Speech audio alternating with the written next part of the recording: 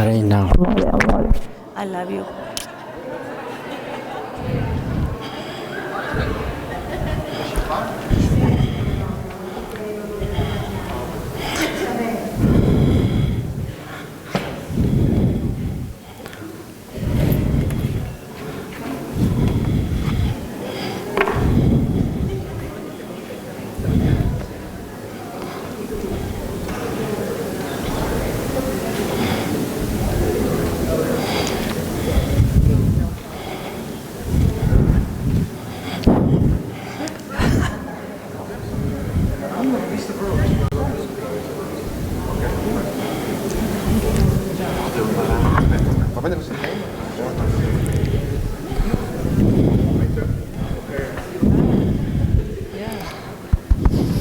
Here we are, great moment, great expectations. But actually, Tom, you are dear to all the artists of the world, you know. No. Rather than a great artist that you probably are top of the world, people really loves you as a person. That this is great. Thank you, Anna. True.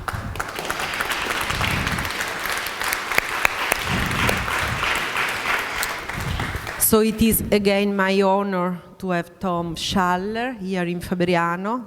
Really, I do really this presentation with all my heart, and I give him a welcome, and I give the microphone to Lauren McCracken, he is the United States leader, and he's going to introduce one of his best artists.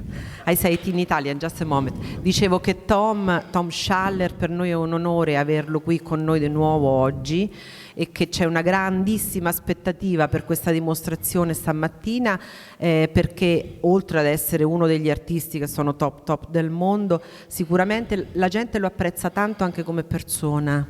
È una persona carinissima, bellissima, vedrete adesso poi come vi spiegherà anche tutto quello che lui, come svolge il lavoro passo passo.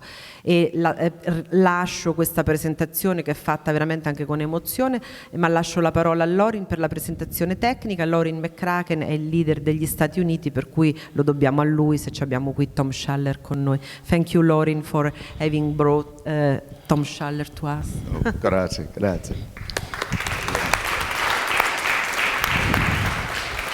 It is my extreme pleasure this morning to introduce you to one of the United States' best painters, absolutely, as Anna has said. He is a hero to the plein air community of the United States, and he has been most generous to teach many of us the wonderful things that he can do. Now, Tom is trained as an architect. Sometimes he lives in Los Angeles, California, but mostly he lives in the world, because he probably travels more and gives more workshops than anybody I know of the teachers from the United States. But the most important thing you need to know about Tom Schaller is that he has a new book. Yes. That you can buy on Amazon, and not only is it a fabulous book about Tom's paintings, but Tom's writings about art are just mesmerizing. You want to get this book like I did. And I sat down with a really good scotch the first evening, and I was just entranced by the beautiful paintings. And then I started reading about the way Tom writes about how to think about art and how to think about painting and how to think about living. And you're going to really enjoy this book. I introduce you to the very famous and very talented Thomas Schaller. Thank you all.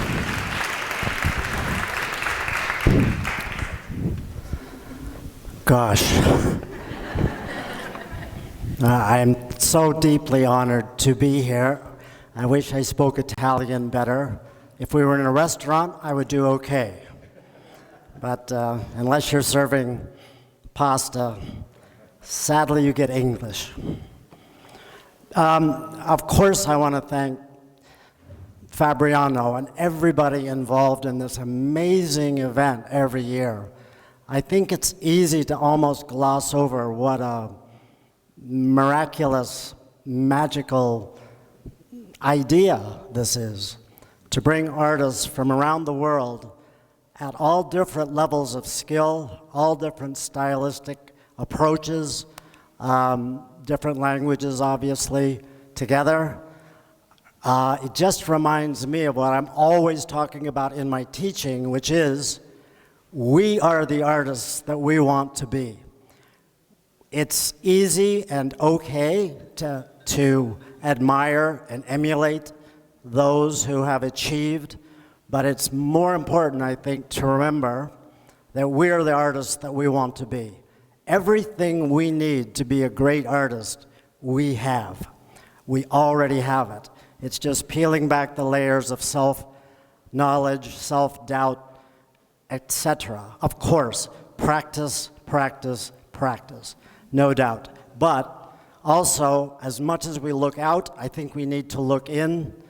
This event at Fabriano reminds me of that. All the different approaches one can take in this one beautiful medium of watercolor for different, very unique personal expressions. It's humbling, it's uplifting, it's energy for the soul. So I want to thank everybody associated with Fabriano, but of course, in particular, the great Anna. I don't know how she does it.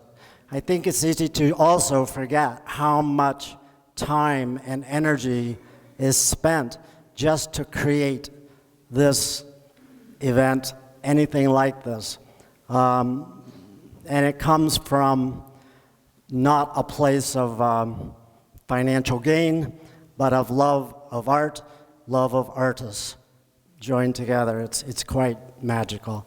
I want to thank Lauren, too, McCracken, our fearless U.S. leader, for his endless efforts in corralling cats to try to get us all in the same place at the same time.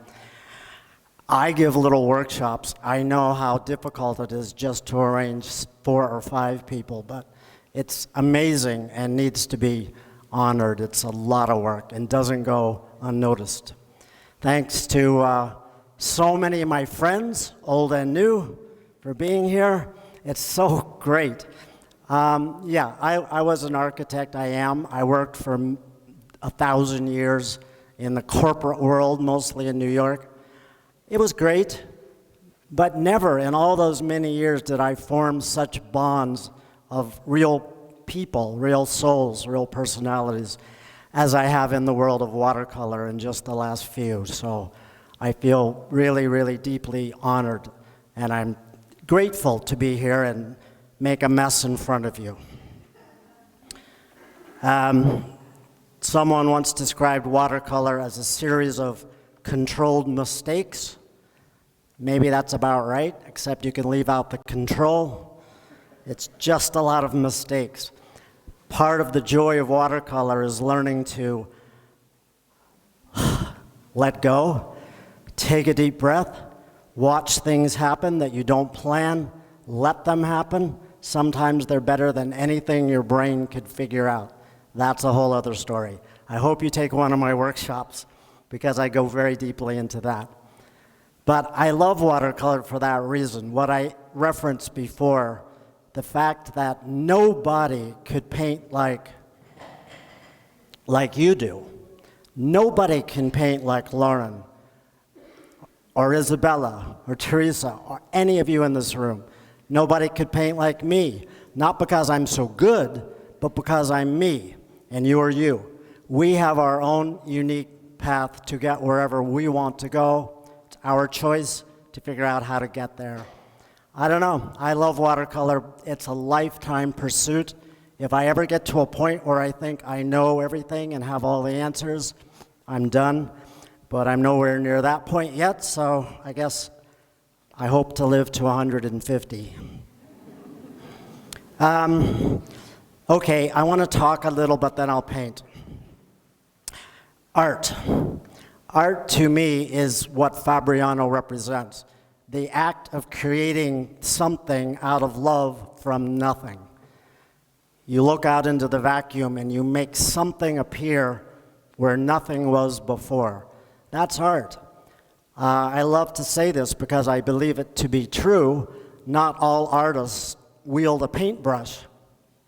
I find art everywhere and everybody in some way. Obviously, writers, poets, musicians, dancers can be great artists as well as painters, but you know, so can farmers and gardeners and parents and friends. And just how we design our lives can make us artists if we do it with creativity, imagination, passion. That's where the art lies. I happen to love to paint, but there are thousands of ways of making art. That means a lot to me because I just need to be reminded that there's never one right way to do anything in this world. There's only the way that works for you. And it's too easy, I think, to always look at those that we think are successful, and you want to buy the brush they buy, and the paper they use, and the paint they use, and you should. Daniel Smith pigments are the best. And I love my Raphael and Escoda brushes, I do. And you can't do better than Fabriano paper. But anyway, those are important, but don't forget, that's not what makes great art. It's up here and in here. And it doesn't matter what materials you buy. It's not what you can buy, I believe, that makes you a good artist. It's what you can give away. It's what you can give. That makes art. That makes a good life.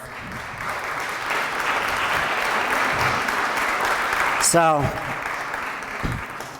I'm not a Buddhist monk. I don't give my paintings away for free. Well, yeah, I do, but not always. We have to make a living, I understand.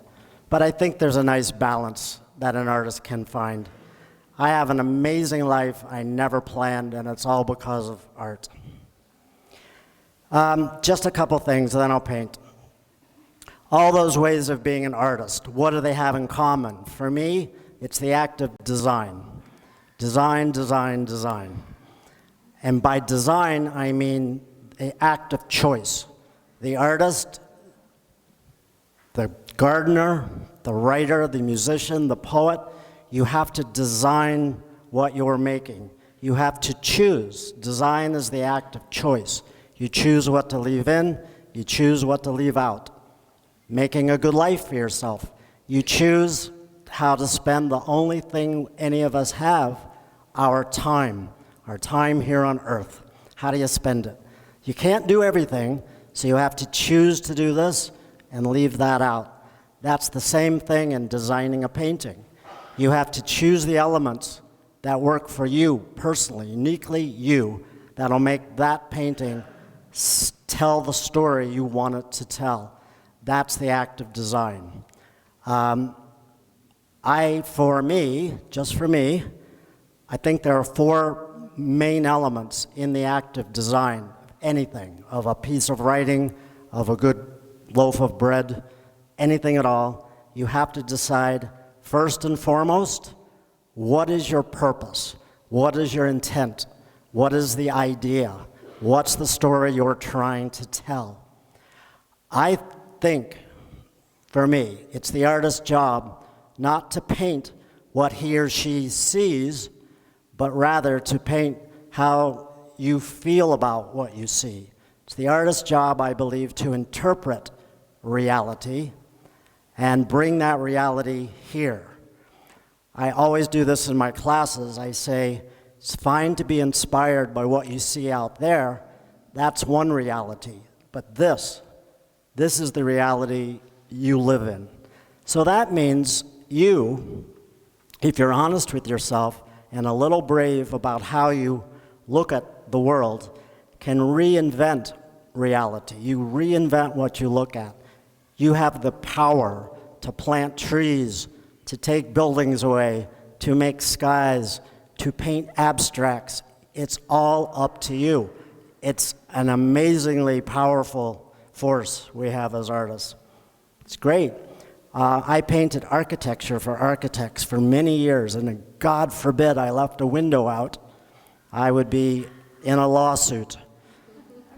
But as a painter, who cares? So it's great. Anyway, I could blab on and on about that. But the first and foremost thing in design is your story. Why do you want to paint what you want to paint? If you're painting it to get into a show, if you're painting it to impress a collector, if you're painting it to impress your friends or family, don't do it. Only paint it if it means something to you. Paint it because you have to. Nothing else works for me. Once you've decided what you want to paint, why you want to get up out of your chair and go paint in the first place, then the second most important thing to making a successful painting, the composition of pieces. In this stage, you decide, well, here, I work on a lot of these compositional sketches. Do you want to make a vertical composition? Will that tell your story better? Will that get your emotional intent across better?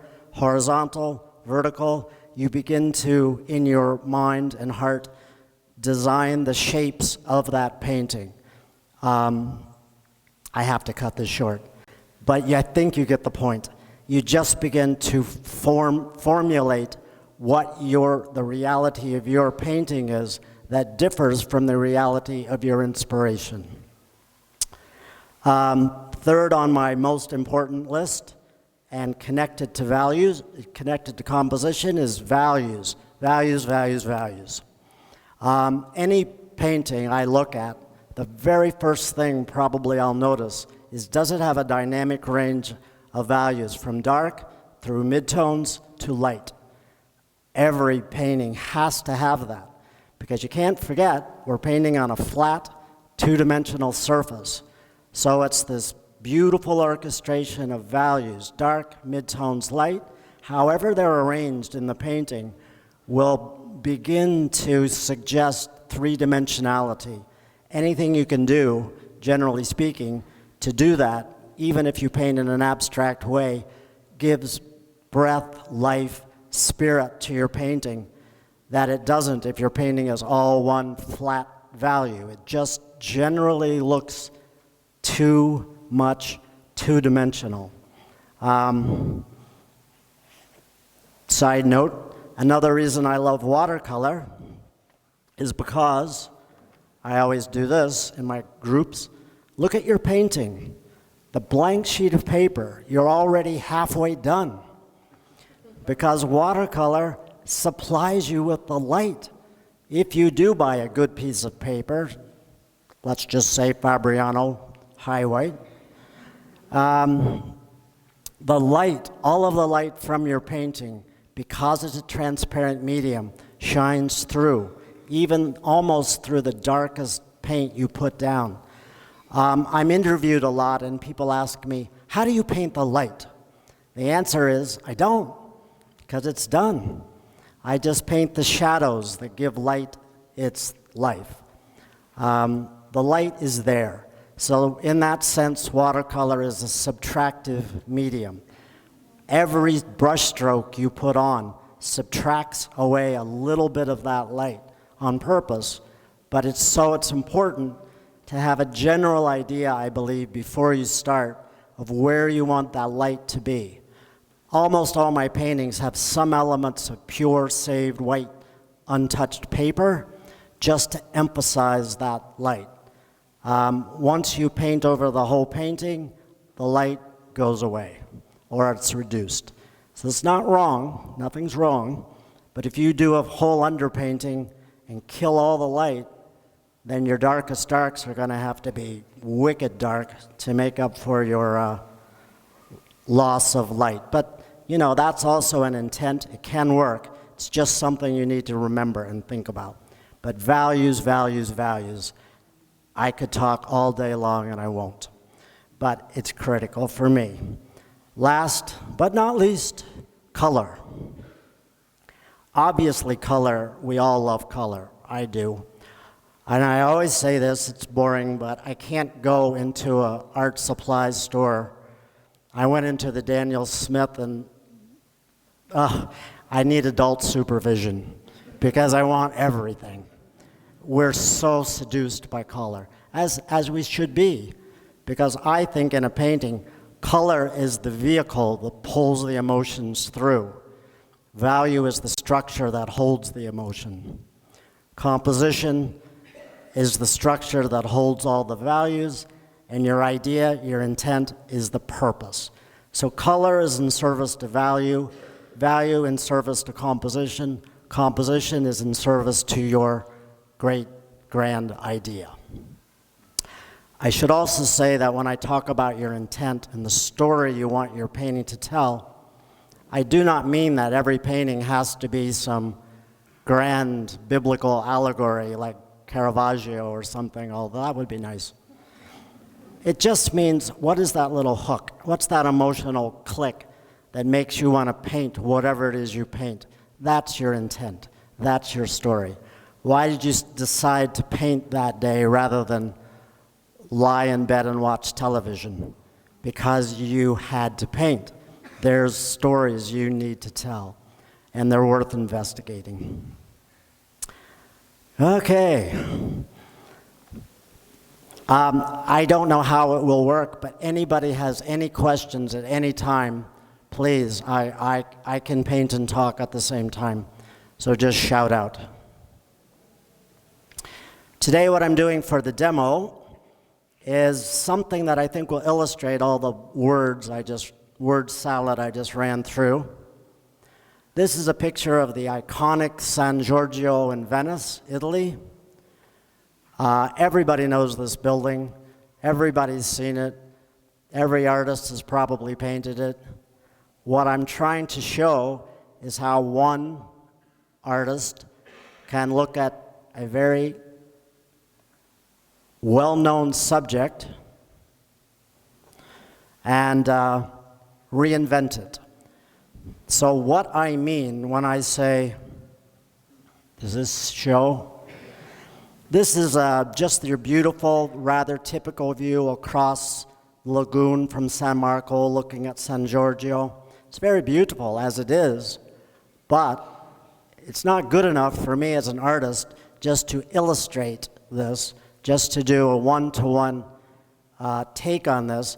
I think it's my job as the painter to look at this and say, I know what it looks like, but what does it feel like? What does it say to me? Why do I need to paint this? Why don't I just take a photograph and go out for drinks?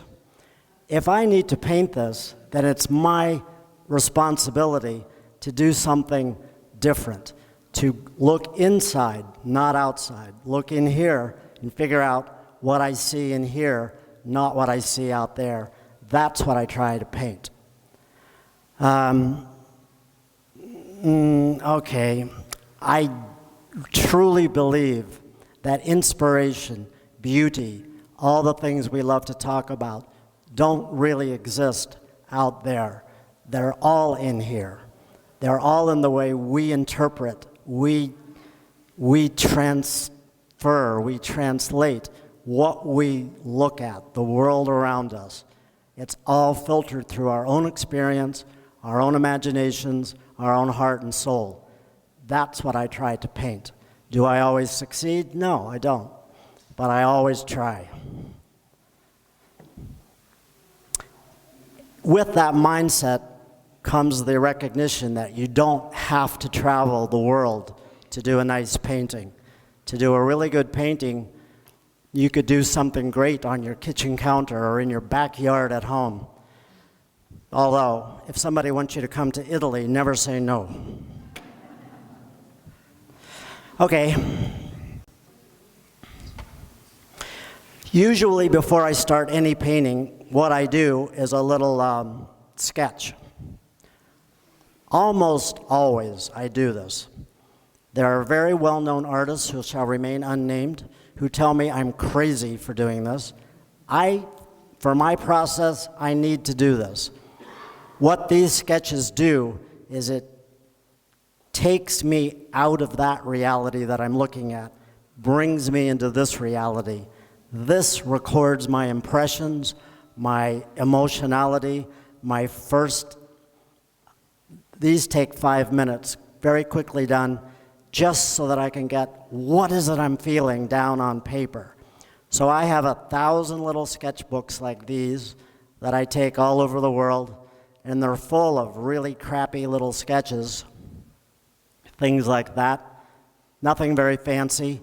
But what these do is they record my very first impression of any subject I see, or I think about, or I remember, or I imagine. It's often said that Mother Nature is the best teacher, and I think she's great, but she's not alone. I also think memories, imaginations, dreams, pure invention, just as important for teaching as sight observation. Again, there are artists who disagree with me. That's cool. Knock yourselves out. But I have my way, which is always evolving, as we all do. So anyway, these quick little sketches record, first off, what I'm feeling, what I'm thinking, how I might want to interpret this beautiful but typical scene into a painting. What they also do is tell me how I might want to crop it, how I might want to frame it. I begin to think about how I want to arrange my values, my darks, my lights, also my colors. This is fairly monochrome,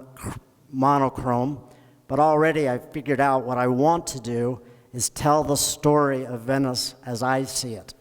This beautiful, ethereal, improbable city that looks as if it's floating on the sea.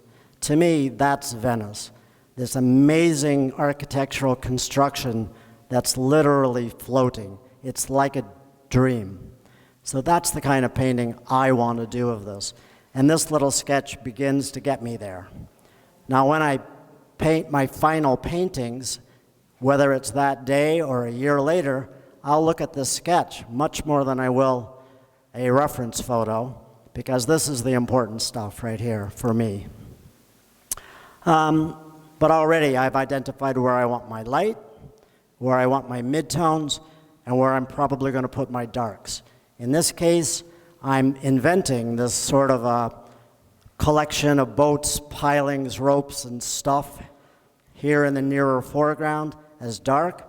The lights are going to be mostly the reflections in the water and on the facade of San Giorgio in the midground, and the midtones are going to be the background, the sky. I want the towers to sort of dissolve into the sky above and the reflections to dissolve into the sea below. This way, I crowd most of my values into the midground, midsection in the painting. Generally speaking, where your lightest light meets your darkest dark, that's going to be your center of focus. That's where the viewer's eye is going to go.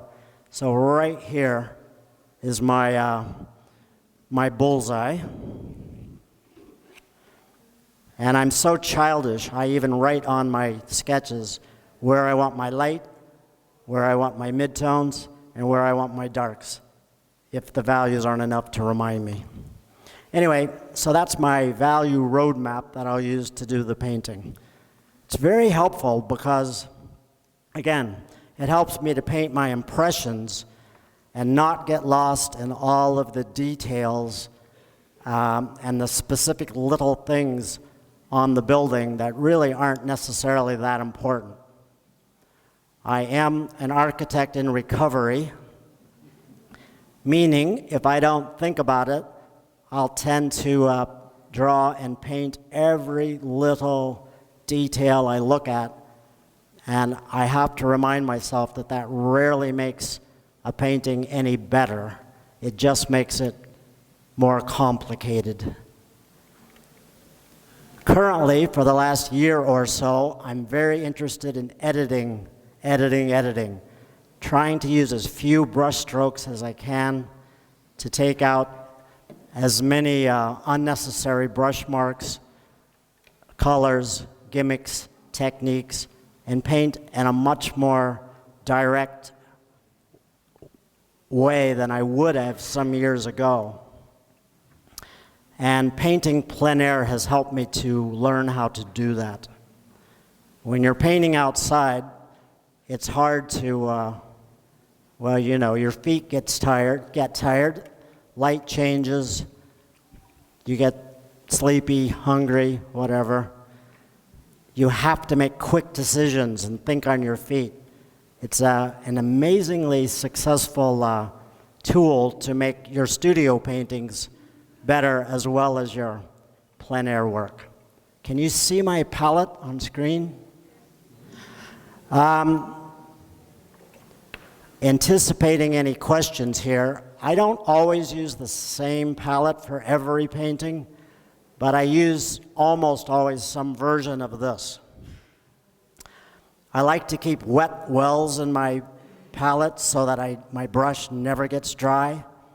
I find in my classes I teach, most artists are most afraid of two things, water and color. And it drives me crazy. Just throw it on there. Everyone's so careful, and it's not everyone. It's not necessary. It's just water. It's just a piece of paper. I'm standing here in front of all of you with the full knowledge that I may do a horrible painting. It's all right. It's not all right, but it is what it is.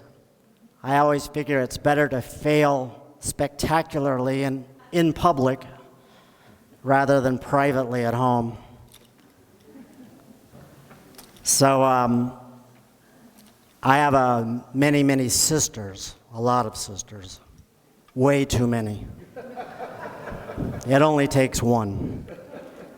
I'm blessed with 5.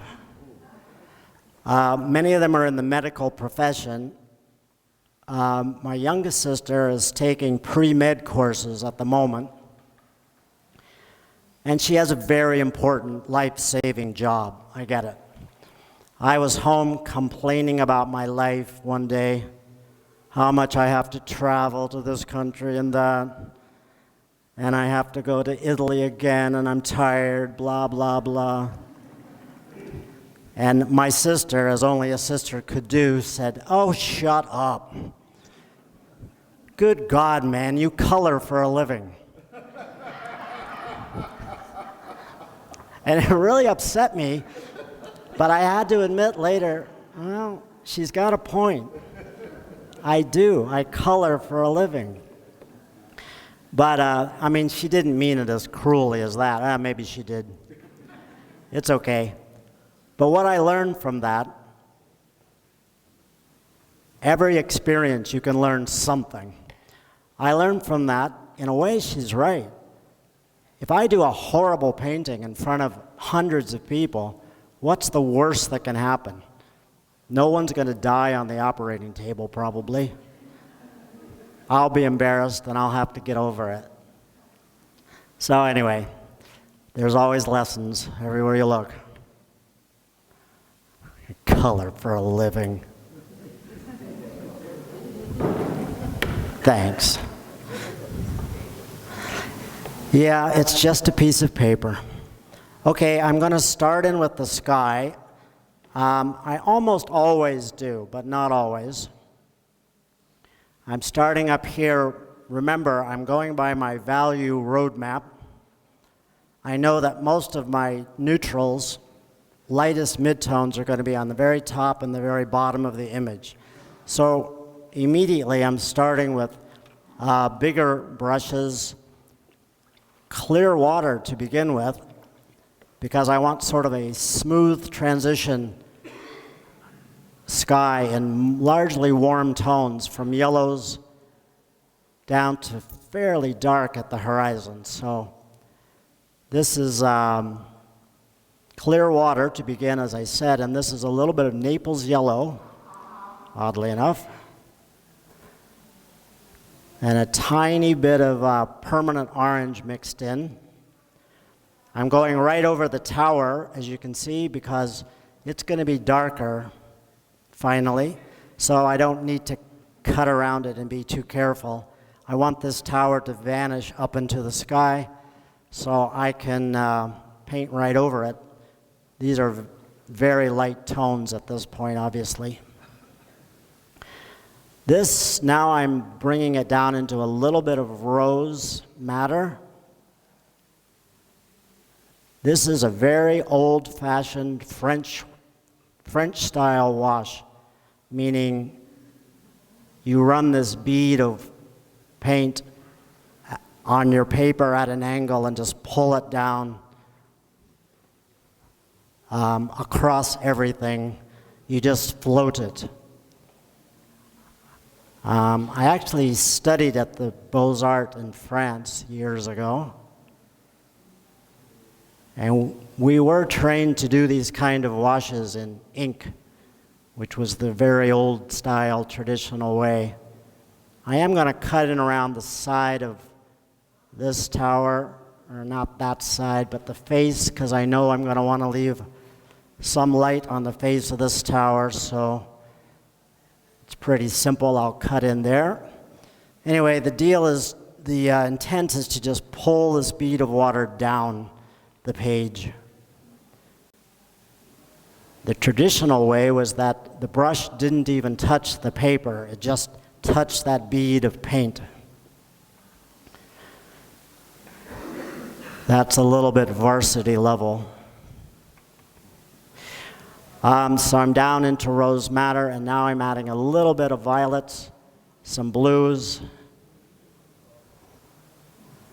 What I'm going for should be obvious, but I want the horizon, the sky at the horizon, to be darker than the sky at the top, because I'm pushing all the interest, the value range of the painting into the center. So this is a little bit of cobalt blue. There's some imperial purple mixed in here as well. But the tops of the dome are going to be darker, so I can wash right over them.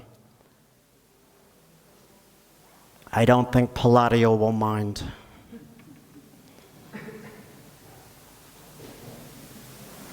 I do want to suggest some cloud shapes, so wet in wet, I'm just dropping in some of this bluer tone into the wet wash before it sets too much.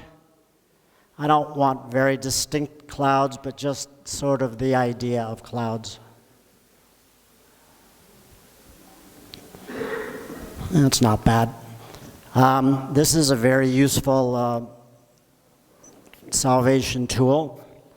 If anything gets too dry or looks too strident, you can just hit it with that and it'll vanish before it dries.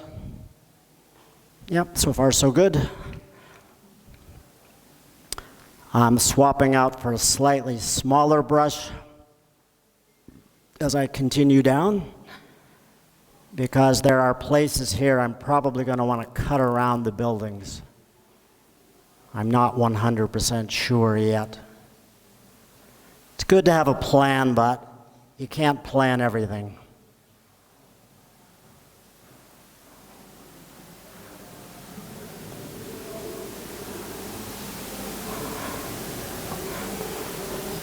Again, if there are any questions at all, just shout out. Just don't throw things. Please, Yes. first of all, when you take a new sheet of paper, Right? you start on dry paper, or first of all you make it wet. Oh, do I? At home for my bigger studio works, I'll usually wet it and soak it and then staple it down. But for plein air work and demos, usually just dry paper. It does wrinkle, but then it dries pretty flat. I have found that older papers use different sizing, which in some ways was better and in some ways worse, but that's a whole other story.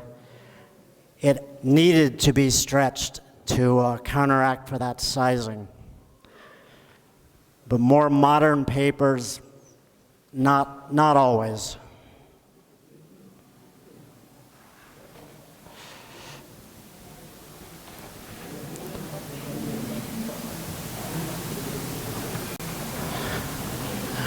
But smaller paper, no, I never stretched it because when you're painting outside, plein air, there's really no time or opportunity to do that. So, I'm sorry?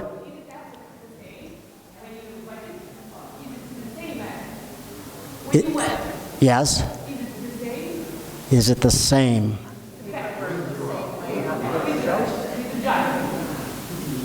Well, if you wet it, if you stretch it, it has to be on a very stiff board, usually a piece of wood. So it's not very practical for outside painting because it's so heavy. But yes, it does behave differently. It's not the same. It behaves much more politely, dries very flat. The washes are very even. It is the thing to do. It's the correct thing to do, but it's just not always practical to do it.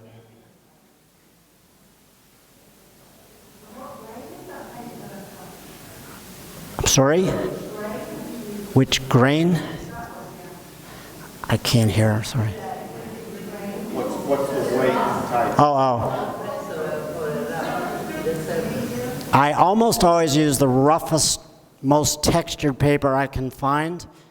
This is cold press, however, which I rarely use, but I am using it because I want the tone of this painting to be kind of quiet and a little more subtle.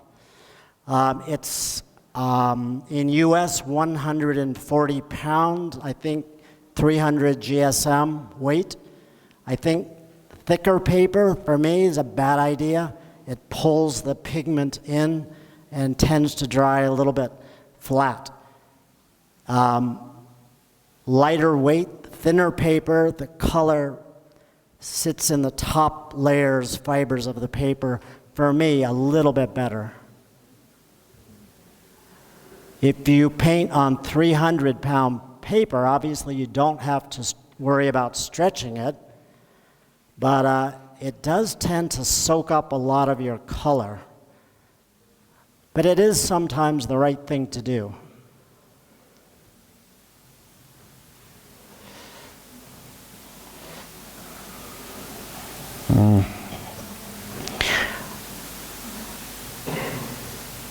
So also before the sky dries, there's a band of trees behind, which, I could ignore them, but I want to drop some idea of them in just to add a little extra value right nearer the horizon.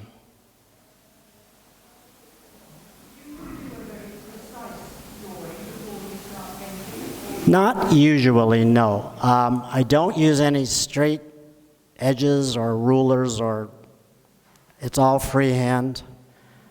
I just think it looks better, more organic. I love to draw, I can't lie. And if I don't stop myself, I'll sit and draw. I drew this out last night and I was a little angry at myself because I thought I put too many details. Really, just the shape is all you need. It's better almost always to let your brush fill in the details rather than drawing them all in. The tendency in that case is then to just illustrate rather than paint.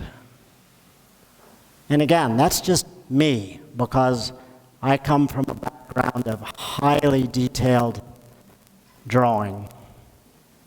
It's not wrong, it's just I'm trying to do something a little different for myself.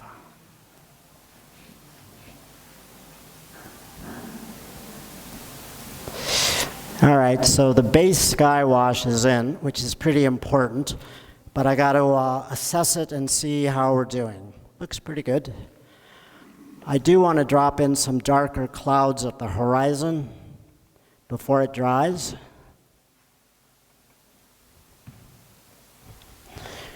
It's very easy, just wet and wet. One other thing I think a lot of painters don't think enough about, in my opinion, is the magical power of gravity. You have the power in watercolor, if you work as wet as I do, to move your board around. So even when I'm painting out of doors, I don't fix my board to my easel. I like to keep it loose, which can be a problem, but there you have it. Because I like to, if you tilt your board up, the paint will run faster and dry lighter. If you make your board more flat, the paint will dry more true in color, but doesn't necessarily look as translucent as when it runs down over another color or shape and plays up the grain of the paper, which is something I'm in love with. So it's just something to think about. Also, often painters complain about getting a lot of these blossoms and blooms, which quite honestly can look beautiful, but other times can be very bothersome. But if you paint at an angle, most of them just go away. You can just tilt the board up, and it's amazing how quickly they all vanish.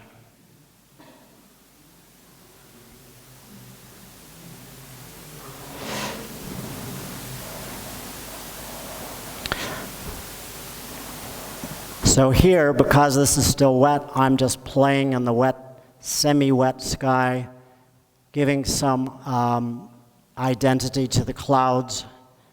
I don't want to go too far, so I should probably stop.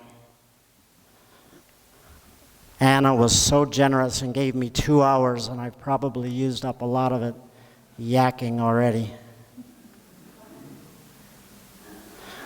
Okay, not bad.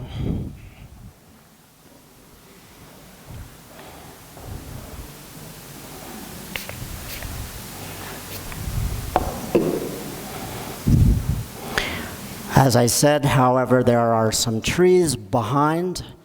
I want to drop them in this wet wash before it gets too dry. For that, I'm just going to use some jadeite green and a little of this cobalt teal. And I'll knock it back and gray it out a little with some alizarin crimson.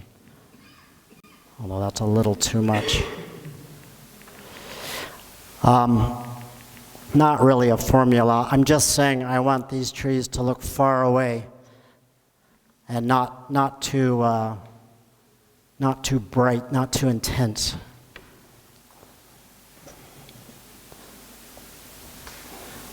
And I don't want a hard edge, so I need to paint them into the wet sky, wet and wet.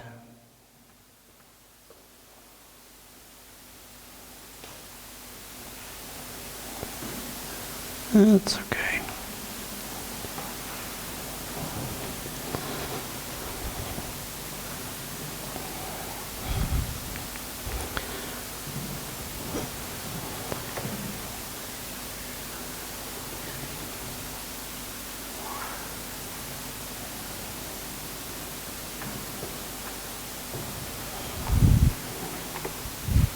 There I have an unfortunate blossom forming. But no worries. We'll just make a cloud out of it.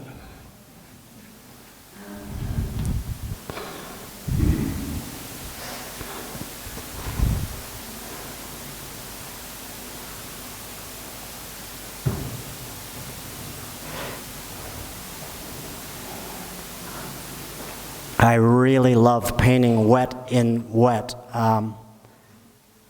because it's so unpredictable. Some really beautiful, magical things can happen, and some absolutely disastrous things too. It's all part of the fun. There you go, not so bad. Oh.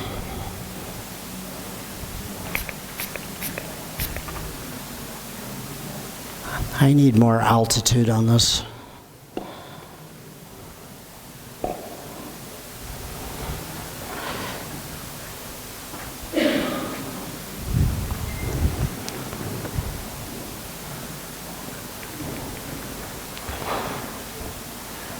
So way in the background there are these trees. So I don't want them to look too distinct.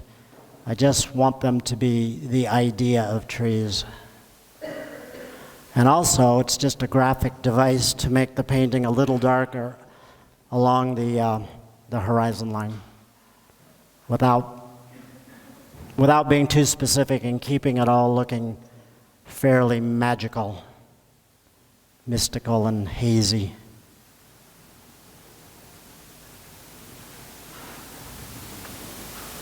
That's pretty good.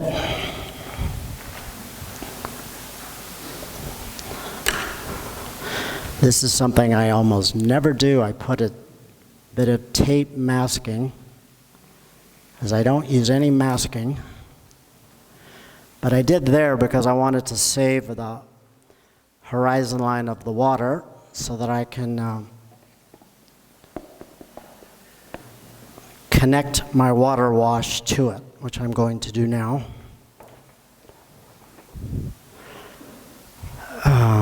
The water is going to be a combination of light reflections and darker bits, and then become lighter as it comes down, much like a reverse image of the sky.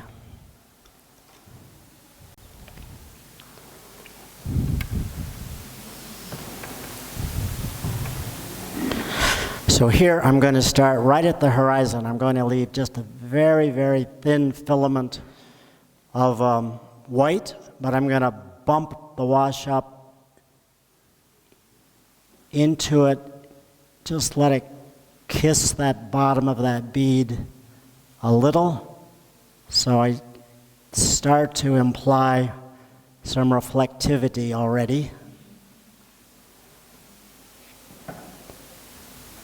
For me, it's very important that every element of my painting connects to every other element. That doesn't mean it has to physically touch in every case, but it should be at least visually connected, if not physically. I got a question, Tom. Yeah.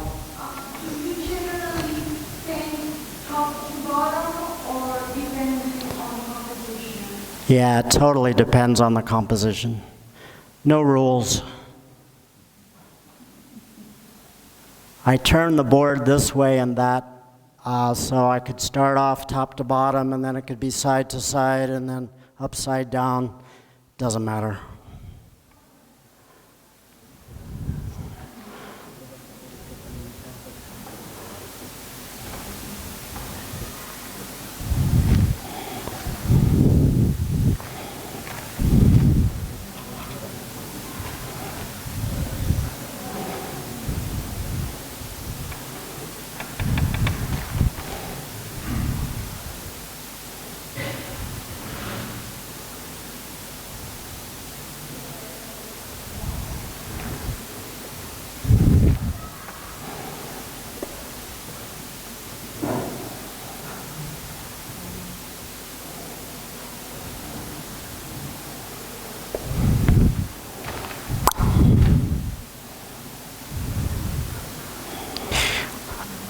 The color in this case is important, but not as important as the values. So what I'm thinking about while I'm doing this is where the values are going to be needed. I'll know I'll want a bit of white under this little miniature lighthouse pylon. So while that's wet, I'm going to lift a bit with the brush just to imply a hint of the reflection.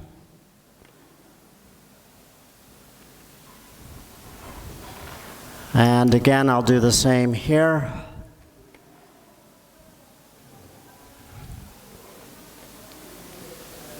Not really graphic, but just suggest.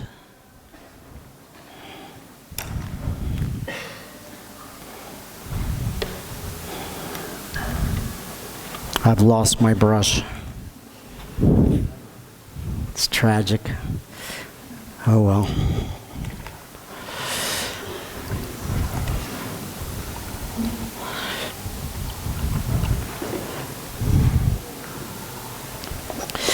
So now I'm going to leave a little bit of white and then go back to some of the yellow to mirror the very top of the sky, to look both like a reflection, but also just to balance and anchor the painting in a graphic sense. Drop a tiny bit of this rose madder in as well, because, you know, why not?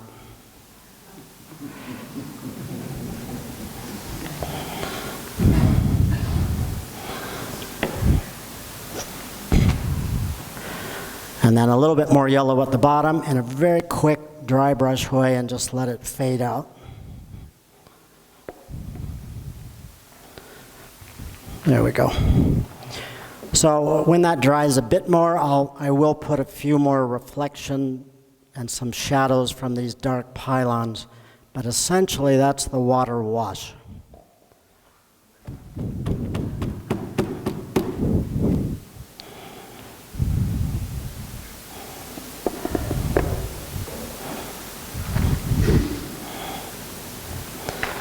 I don't like what's happening here, but I may have to just channel my sister and say, I just color for a living. It's too bad.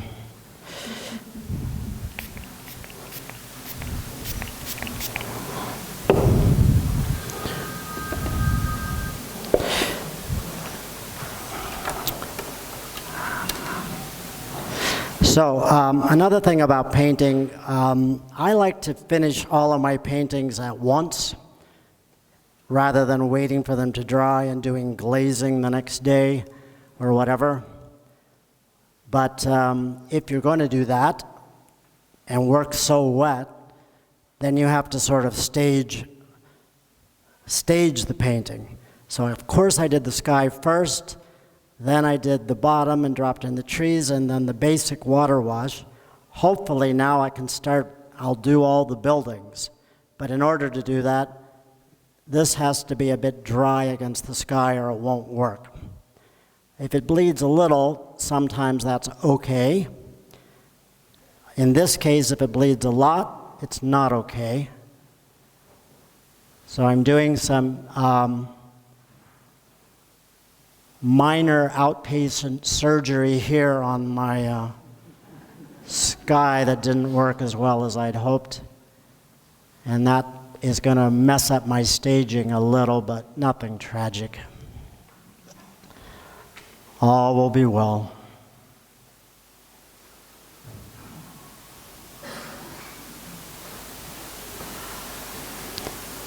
That's okay. So yes, the top of the tower I want to be clear, not too fuzzy, but I don't want it too dark. And the top of the dome, probably the most important graphic element in shade, because this, remember, is going to be the center of focus or the center of attention in the painting right here. Some of these light reflections on the building, it's a very low sun, I'm imagining, hitting the water, bouncing up and uplighting the facade a little bit here and here, and then a very low light cast across the lagoon. Is it really like that? I have no idea. I just invented it, so that's how it is in my painting. And that's all that matters.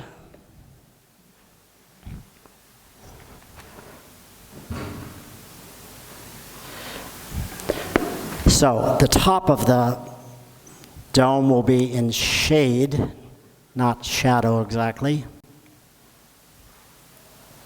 Tom, the image we're seeing on the screen is pretty washed out. Before you start painting, would you like to hold that up just so we can see how Yeah, of course. lovely the colors are?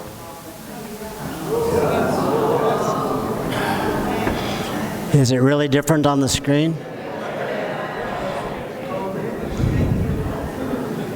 That's too bad.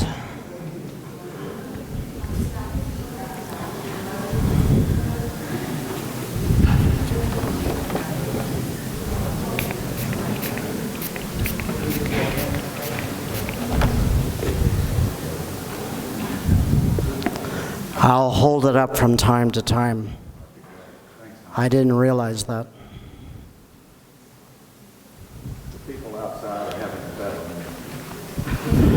Hopefully they have something to drink.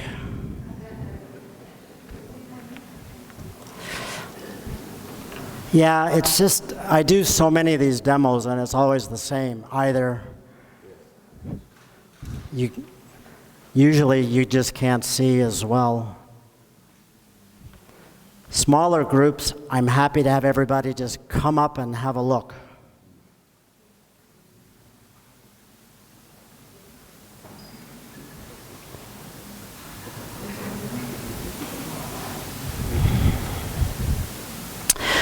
Right, now the actual building.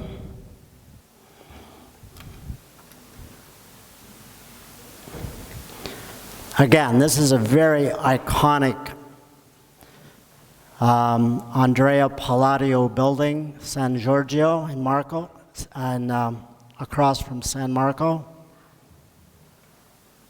What I love about this as an architect is that I'm making the painting, oddly or not about the building at all.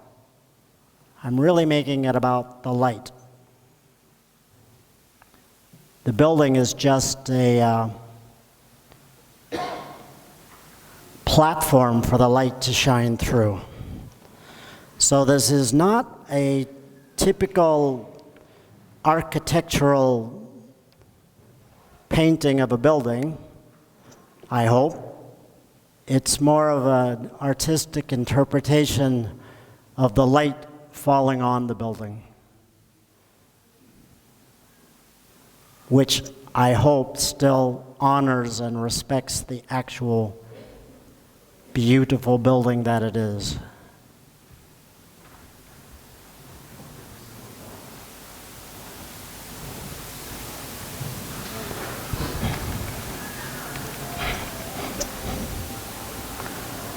So I'm making a special effort not to distinguish between dome, roof, walls.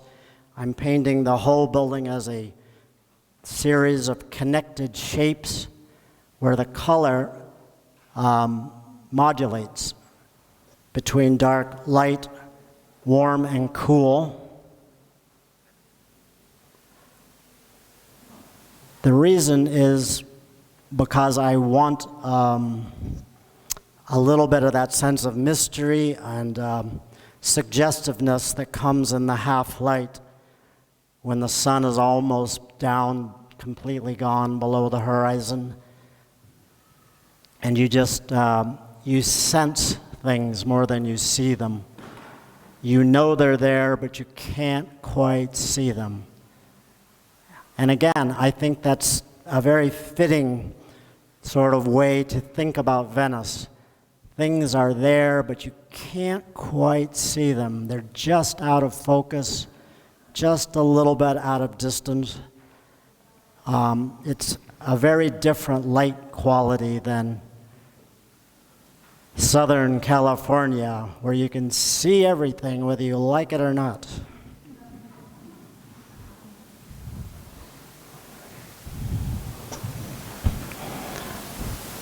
We were talking last night at dinner, and I was saying that I think the most difficult place for me to paint in recent memory has been Norway, because it is so impossibly beautiful that I couldn't really invent anything. I didn't need to. It was done. God had done all the work. I just sat there like an idiot staring at beauty. It's amazing, but I live in Los Angeles, which is arguably the ugliest city in the world.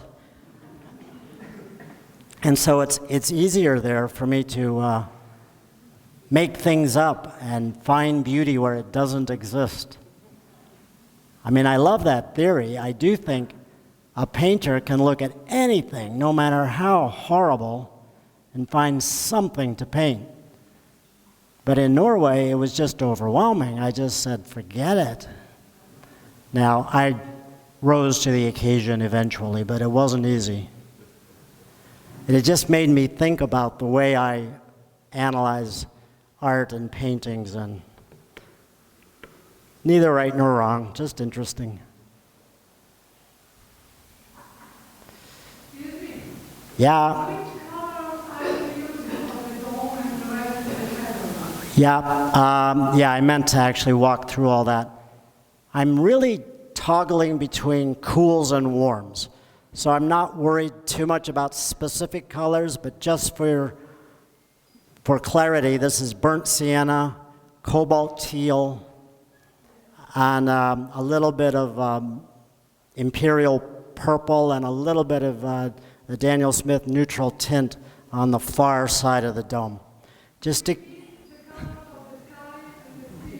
I'm sorry? No, they're very different. Well, the sky is Naples yellow, a little bit of French ochre, rose madder, cobalt blue, imperial purple, and then cobalt teal down here, a little in the trees and in the water. You are welcome.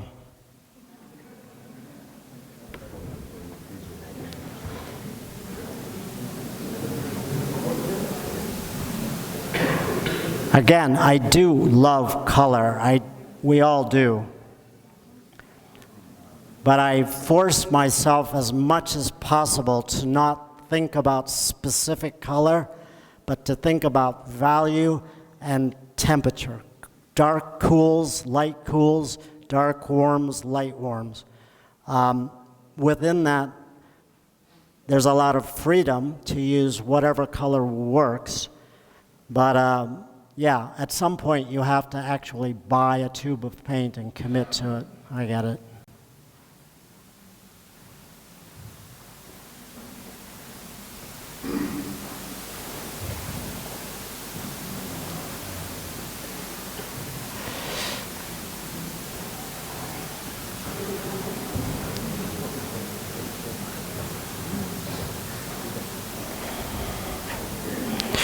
All right. So what I'm really trying to do in this building is suggest different planes, different materials, without stopping, starting, coloring in between the lines. I'm trying to get it all to join into a unified whole so that it all reads together as a connected, mysterious-looking shape that is hopefully beautiful on top of it.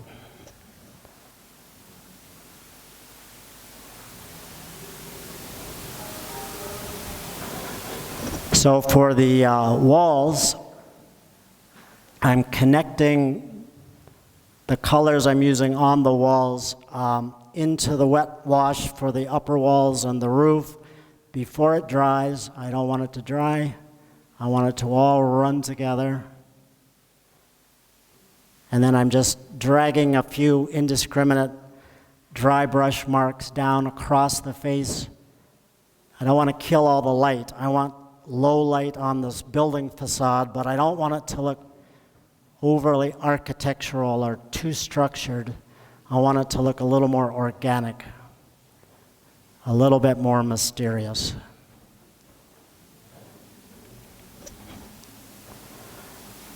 So I'm using a half-inch, pretty cheap flat brush, synthetic, so that it doesn't hold very much water and it'll skip over bits of the paper and allow other bits to show through. Natural hair brushes obviously are better quality and they hold more water, but they're not as good for dry brush because they hold so much water. Never underestimate the power of a good, cheap synthetic brush.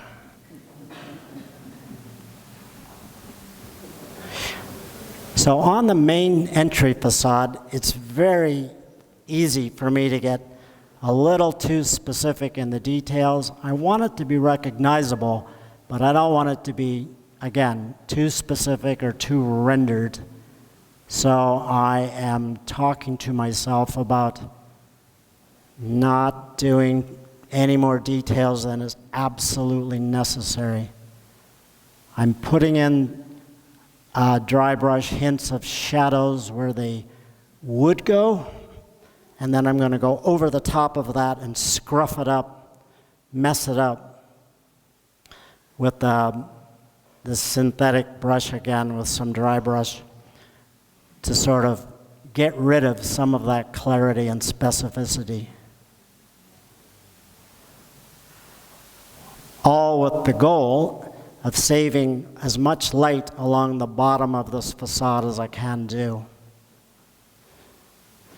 For this, I'm using a combination of a Venetian red, a little bit of permanent orange, and some French ochre.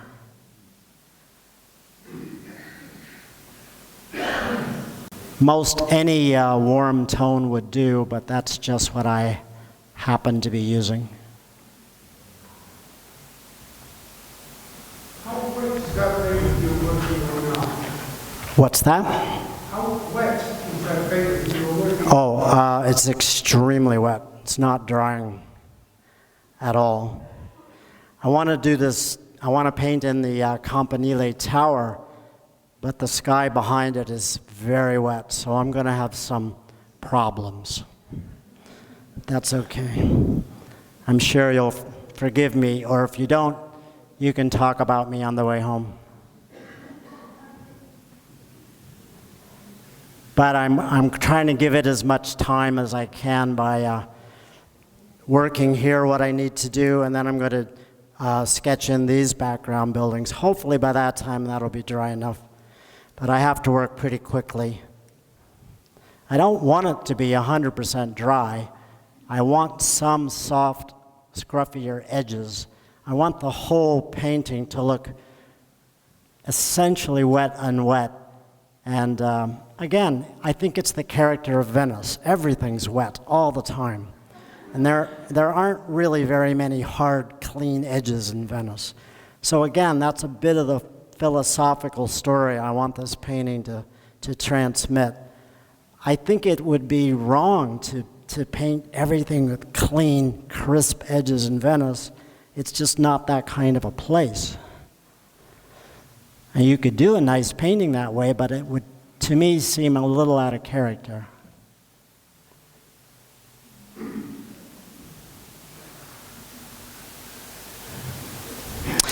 Right. These buildings are not unimportant in reality, but for my painting they are. They're a little bit background buildings, and these big dark foreground elements are going to cover up a lot of them. So I'm not going to fuss about them too much. I'm going to try, and they're also out of the range of my center of focus. So I'm going to just quickly rough in their shapes with a combination of mostly neutrals and warms and cools. I'm not worried at all about windows or doors or anything specific.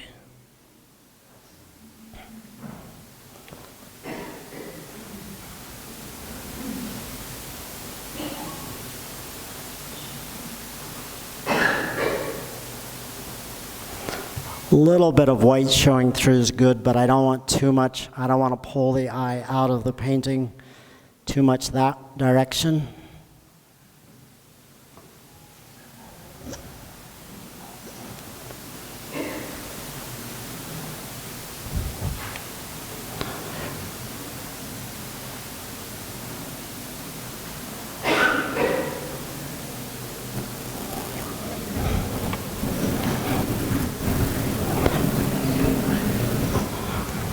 There we go, good enough. Now with a larger flat brush, water is wet but not terribly. I can come in and begin to imply some of the reflections in the water. Just with a flat brush, very rough skip and jump dry brush marks. I'll let it come up and connect with the some of the buildings, again, in an attempt to connect all parts of the painting.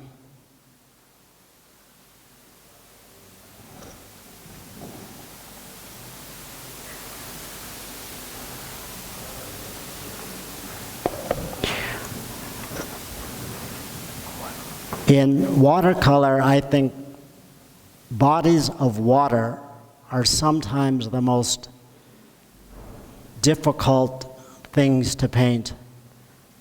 They're not technically difficult so much as I think difficult to find an approach that makes sense. Water generally has either a horizontal or a vertical identity. It has elements of both. Mostly the reflections are vertical. The movement in the water is horizontal. I think when you're going to paint water, it's good to ask yourself, which do you want to have dominant? I think if it has an overall horizontal identity, it feels quieter, softer, more emotional. So that's where I'm going here. I want some of this vertical identity to connect the shapes and to hint at reflections, but I want it to overall be horizontal in nature, if that makes any sense. Even if it doesn't.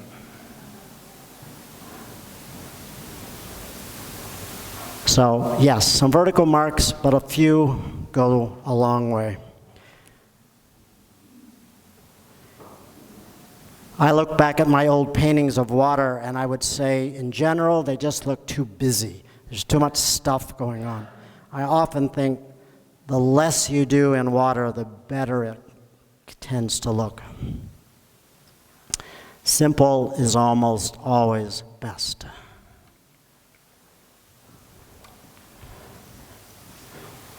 I hear dissension in the ranks.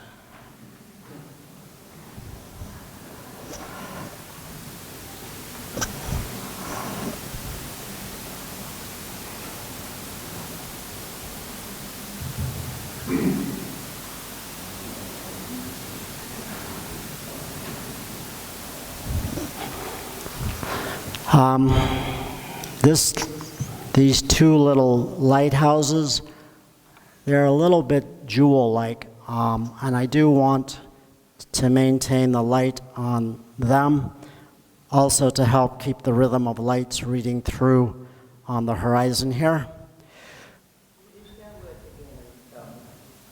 Sorry?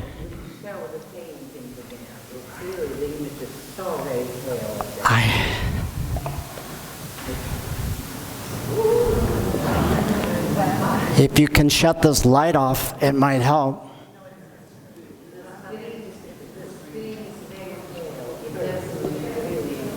Well, can they adjust it?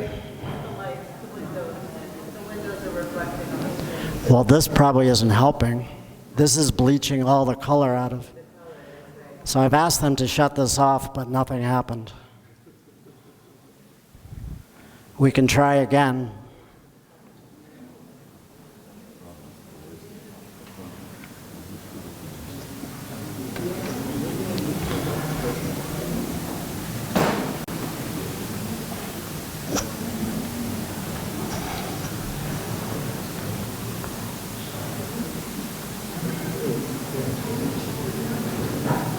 So you mean I'm just standing here painting and you can't see anything?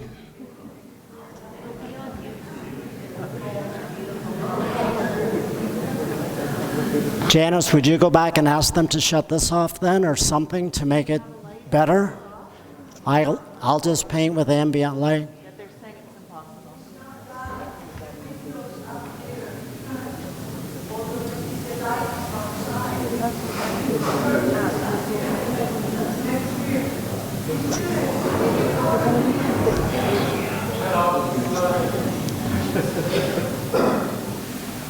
Can you shut the sun off?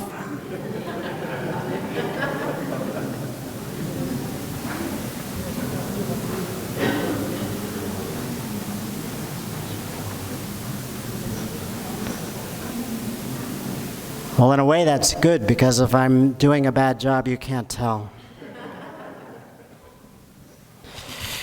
But I'll hold it up every now and then.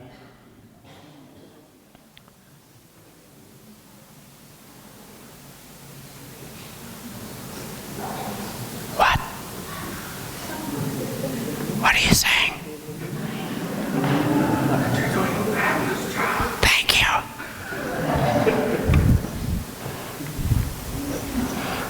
Oh my. What?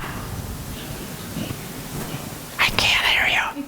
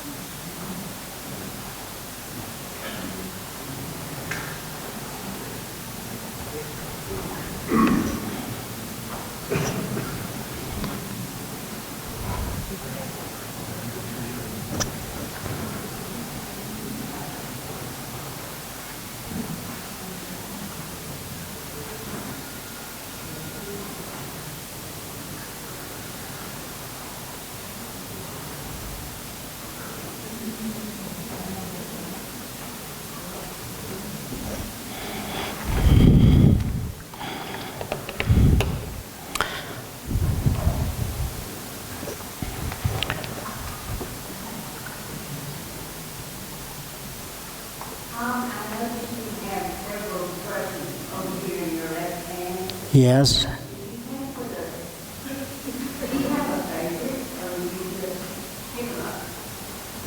Oh, well, it's a good question. I don't have a favorite. It just depends on what I'm doing at the time.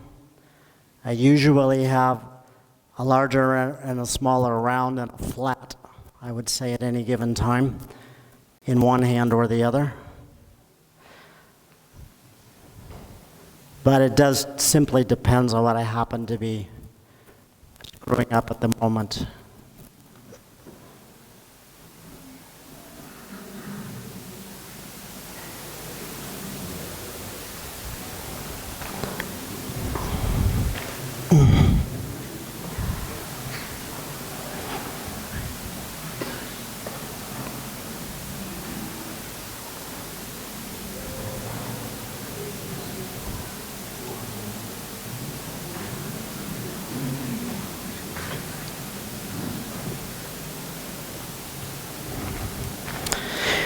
So the sky is about as dry as it's going to get. So I'm going to do the tower now, and then finish up the water, and we're done.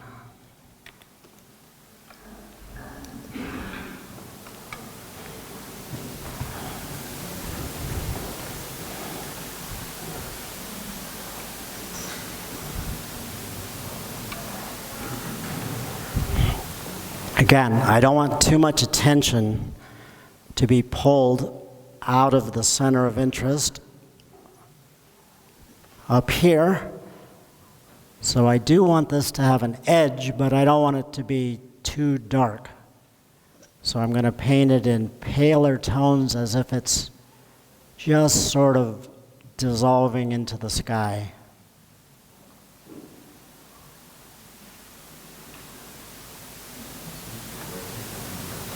Not being overly specific about the color yet.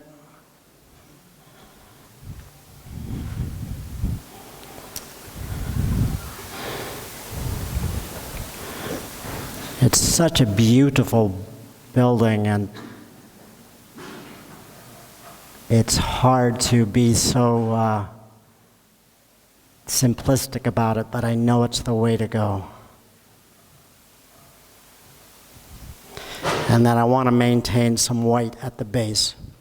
I'm trying to get this through line of light reading right through the painting and the horizontal, and then the dark verticals will contrast. If I have any philosophy in my approach to painting, it's probably found in my love of contrasts. The vertical versus the horizontal, the light versus the dark, warm versus cool, the natural world versus the man-made world. I love all these different conflicts going on inside the painting, and then watch how the painting can either resolve those or not resolve them. It's such a powerful tool we have as artists, and one of the easiest to access. This sense of opposites meeting on the canvas and coming to some sort of resolution, or by contrast, not. And by doing that, you can tell just endless numbers of stories and emotional content you can build into your painting by using colors that get along really well together, or by intentionally using colors that sort of clash. That is powerful and easy to do as a painter. You can do very comfortable, classical, traditional compositions, or some that are a little on purpose, off kilter and off balance, and that helps you tell the story, another kind of story as well.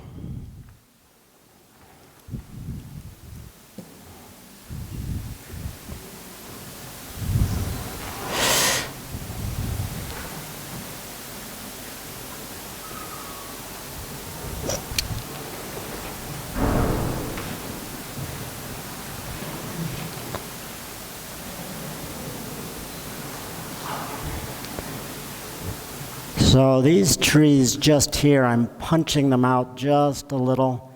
I don't want them to be too specific, but I want this nice, deeper gray-green value nearer the horizon to carry this graphic through, and to bounce out this little lighthouse.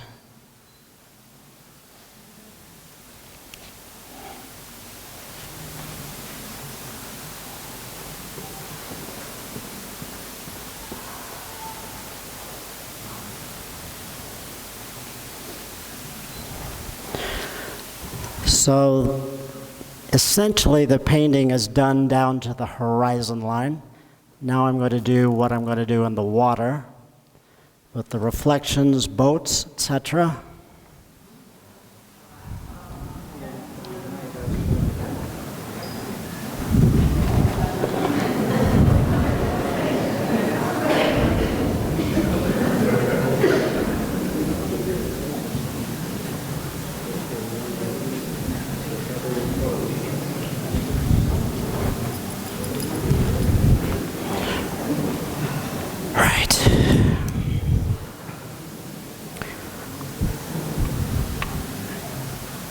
So just under the building masses, the reflection can be attached and a little bit darker. What I'm trying to do here, again, is visually connect all things in the painting.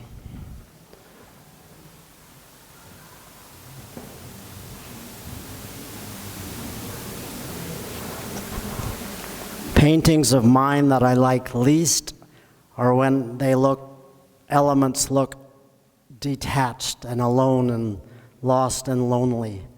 Everything, I think, should be in dialogue with another, even if it's on opposite sides of the paper. In my longer, more tedious workshops, I talk a lot about building in these triads of lights, warms, cools, darks. It's a whole jigsaw puzzle. You're lucky you don't have to sit through all that. But that's what's going on.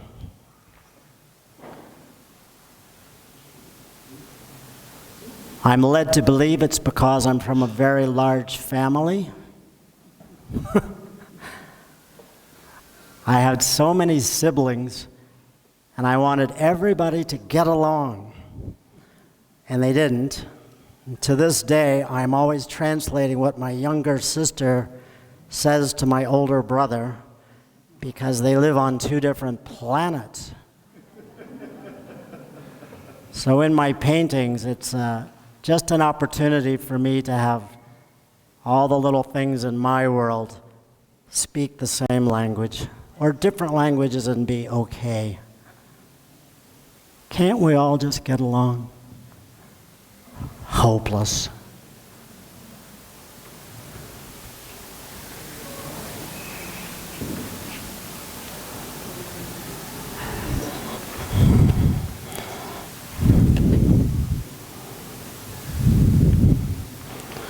Bum, bum, bum, bum.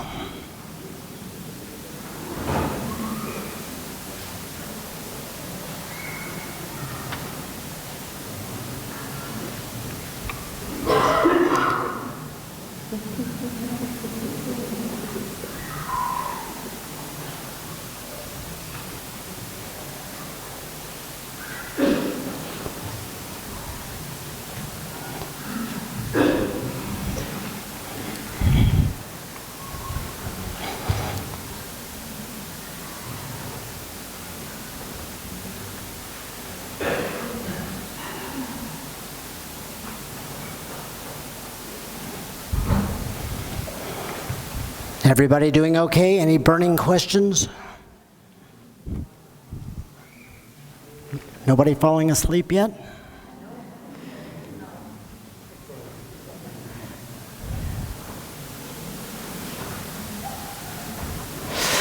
So here, these are just ideas of the beginning of the reflections to anchor the buildings to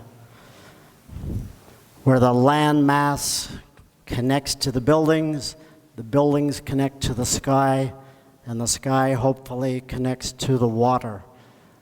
Everything connects. We are all one. Namaste.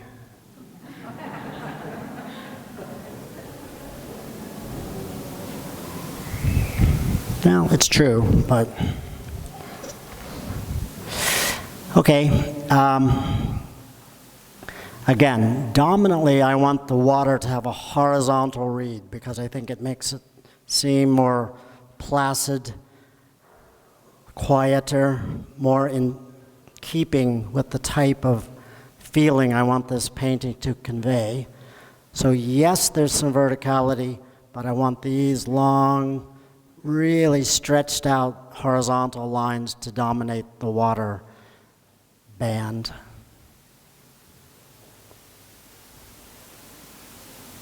Again, it is so easy to overdo water and do too much. Something I've been guilty of 1,000 times.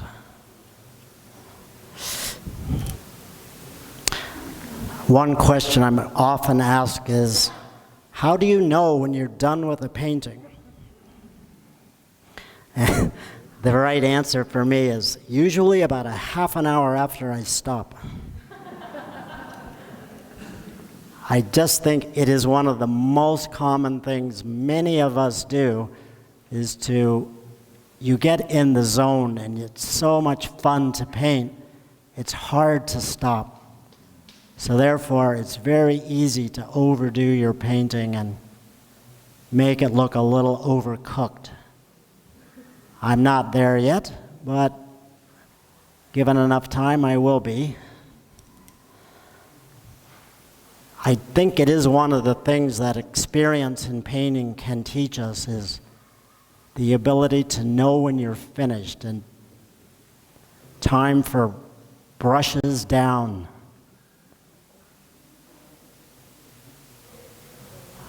One of my first teachers was the great Joseph Zbukvik, and he always said, when you hear that little voice inside say, I think I should just do that one more thing, don't do it.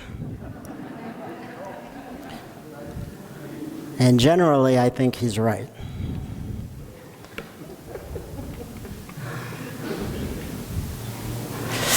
Okay, here, this is just a completely invented jumble of smaller boats, some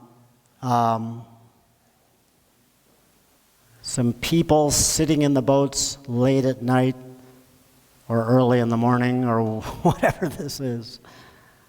They're all connected into one big dark shape.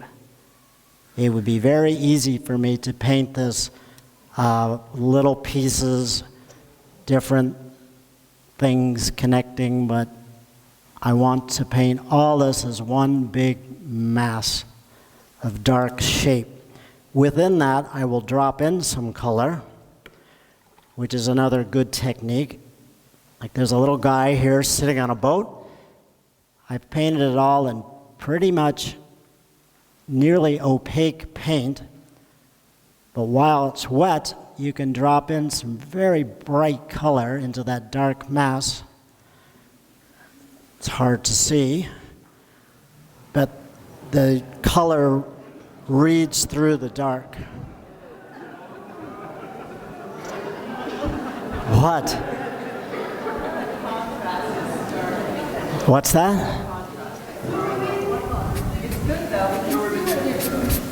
Yes. Well, all this time I've been painting in the lightest lights and midtones, and now comes the darkest darks. A good question is, do I always do the darkest darks last? Which I'm asking my own questions now. No, I don't, but almost always. I generally build my paintings up from the lightest light to the darkest dark. And I think that's because, generally speaking, the dark parts of my paintings, I don't know, tend to need edges a little bit more. So if you go back over them with color, they're going to melt and bleach away. So often the darkest darks are the last things to go in. But it is not a rule, and it's not consistently what I do. I'm not a big fan of rules.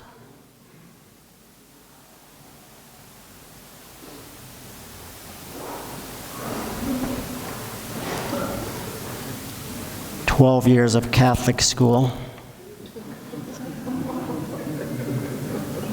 Plenty of rules.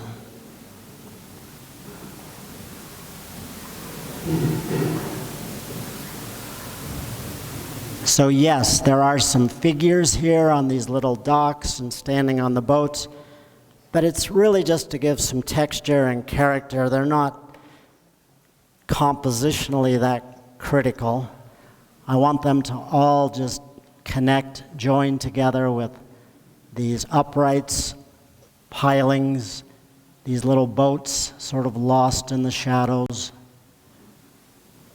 All of it connected to reflections below, everything connected, everybody getting along, playing nicely together. For this, I'm using a combination of tones, very dark burnt sienna mixed with French ultramarine. It's a very classic complement color. I do tend to paint always in complements. One cool, bouncing off its complement of warm. But I'm also using a little bit of imperial purple and neutral tint too, just to get the job done. If this were a more formal studio painting, I'd worry a little bit more about specific complements and colors, but for this, I'm just going for the values.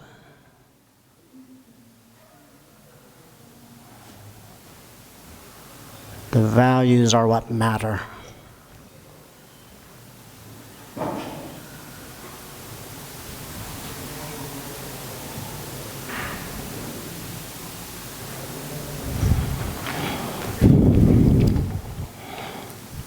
Some little ultramarine and cobalt teal I'm going to use to stretch some of these darker shapes across the body of water.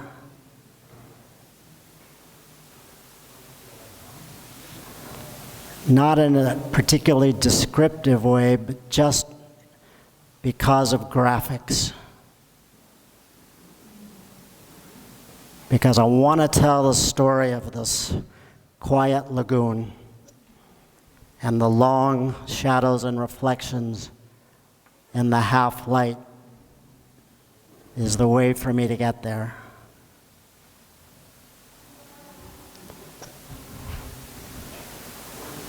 Excuse me, sir, I'm sorry to disturb you again. When you have to paint the white room, I'm sorry? when you have to paint the white room, do you go around it with the color of the sea? Because I find it difficult.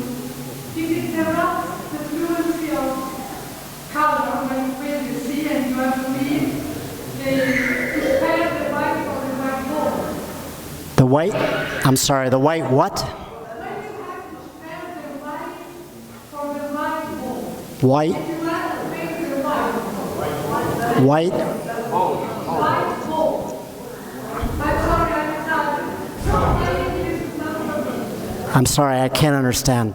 The white boat? You have to paint the white ball instead of a dark one. Yes. You go around it with, you have to leave the Oh, yeah, I would just not paint it. That's the beauty of watercolor. If you want something white, don't paint it.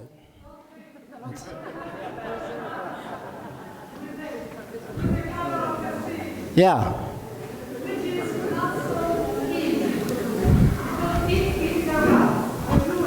What?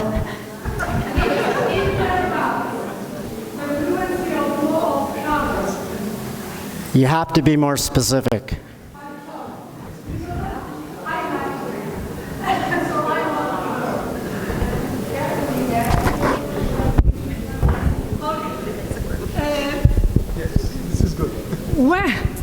When you have to paint a white boat Yes. in the sea, as you are doing now, you have to spare the white for the boat, of Right. course.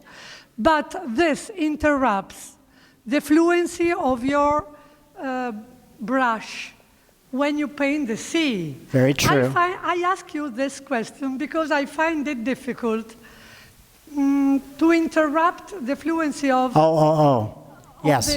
of the Well, painting. similarly, the way this I saved white, I painted the sky around, Yes. but I did not paint that. So you do the same with the sea, Of course. of course. You can, of course, use masking. I don't like masking. I don't fluid. either, but you can. There's nothing wrong with it. I don't mind masking, but I think it can leave a little bit of an artificial shape. I like it better when it's done by hand, even if it's a little messy. Yes, yes, I prefer it. I believe she's asking it has to be connected. You have to find some other whites to connect with. Otherwise, it will be stuck out. I think that's what she's. That's my problem. It looks stuck out. You have to find another white shade to connect it, like it has to be connected. Yes, that's true. Like if I just Which is say, not so easy. if you notice in this painting already, I have a little thread of white, white, white, white, white, white, white, Yes. white. So they're all not touching, but it's visually connected. Connected. So it's a path of light. I'm trying to lead the viewer through the painting horizontally, this way. No white this way, only this way in this painting. Another painting could be very different. So there's not one way, it's just what works for your painting. It does look a little strange sometimes if you just leave one area pure white, it would look a little strange. So it needs a pattern, a design of light to work. Okay. Thank you so much. You're welcome.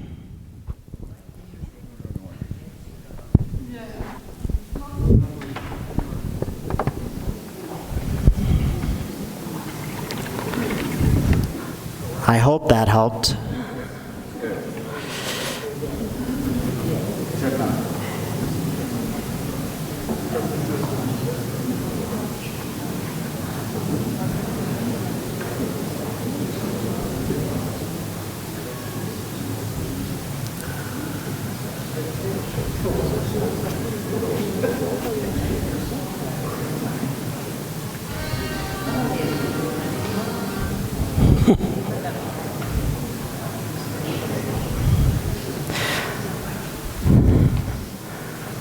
So we are rapidly nearing completion.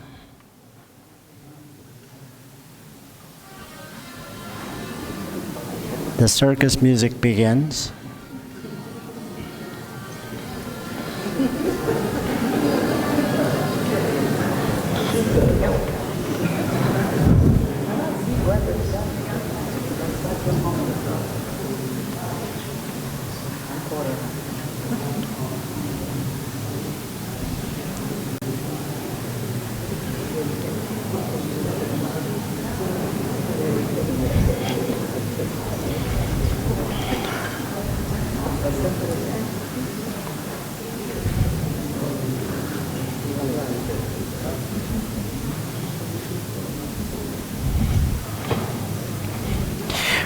What I'm doing now is some pale, less graphic, less dark reflections of some of the architecture to visually connect them to the sky and to the landmass for the main dome and the beautiful campanile here, but not in as dark tones because I don't want them to be as dominant. Just a hint of reflectivity. Not a lot, just enough, hopefully. Again, so easy to overdo it.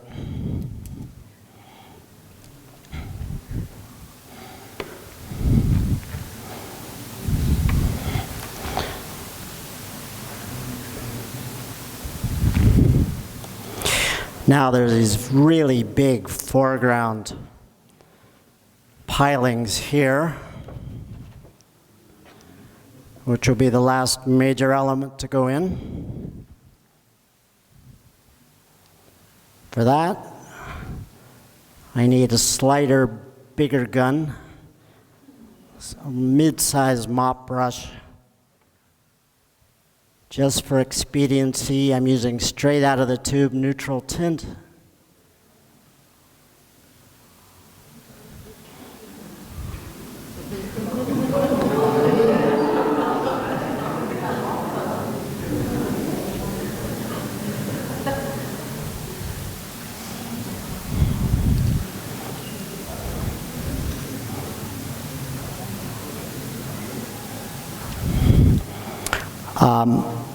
Not necessary to finish them off and make them all detailed.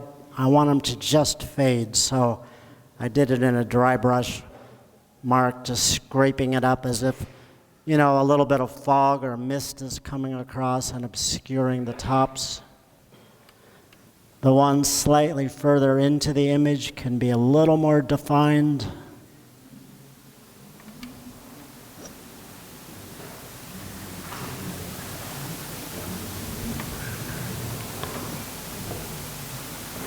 Or not, but I think they should be.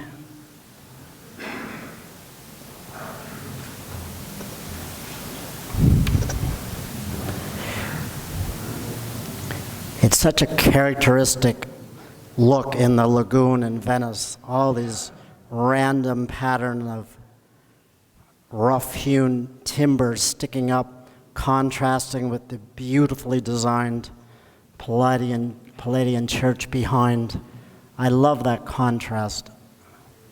It's so both out of character and completely characteristic of Venice. And with a smaller, very round or rigger brush, I'm just, as if calligraphy, I'm just implying some of the ropes that hang, the rigging that's just strung everywhere. Not just because it's there, but because for the painting, it just helps connect all these disparate shapes, and also adds just another level of texture and implied detail without really showing any detail.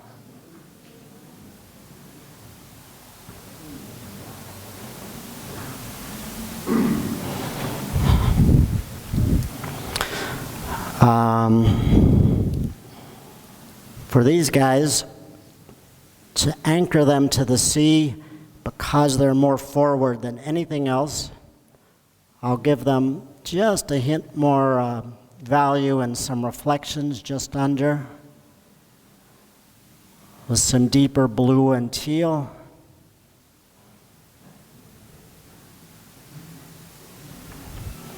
Trying not to be too careful. I want it to look pretty organic, but I also don't mind if these look a little more graphic because they're a little more foreground. Obviously, there's a little more value in them.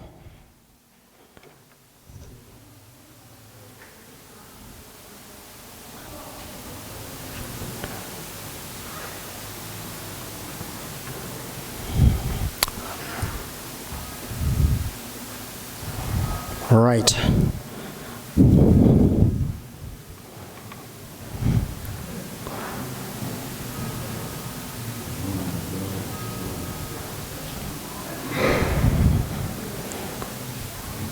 Is that the noon bell?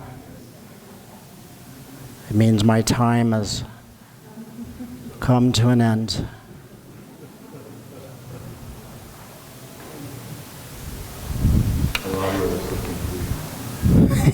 He has a few words. Well, I love Palladio. I hope he'll forgive me.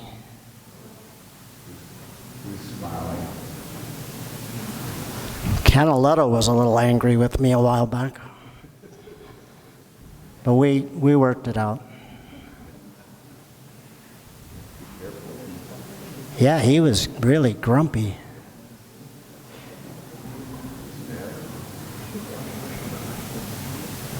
I was dissing him for using straight edges.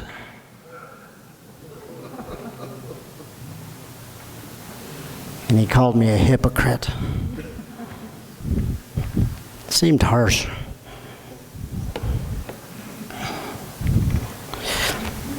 But he's Italian.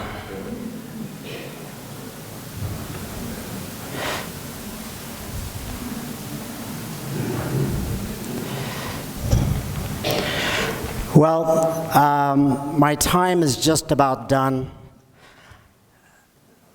As I said earlier, my worst trait is I could keep noodling with a painting until it's ruined. So it's always good if I have a time limit.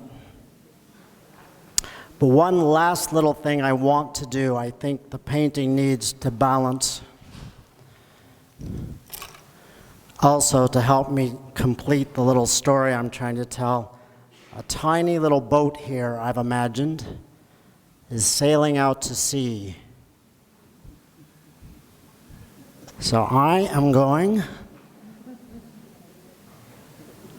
The only little bit of detail in the whole painting is going to be this tiny boat in the horizon, near the horizon, with just a little bit of reflection.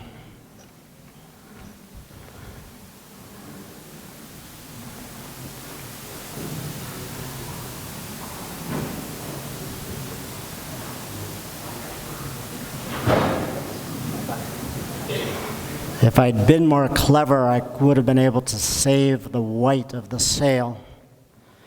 But that didn't work, so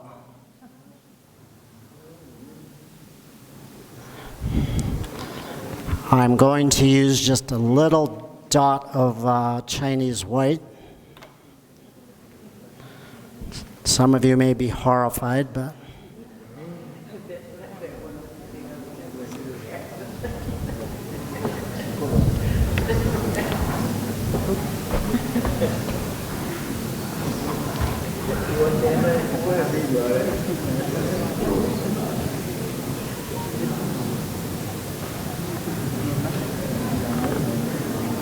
just a little.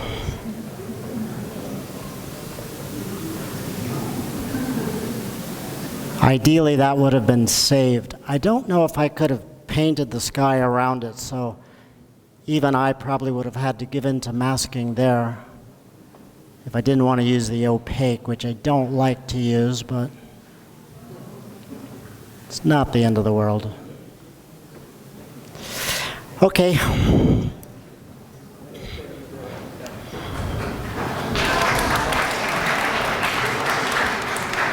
The Venice Lagoon.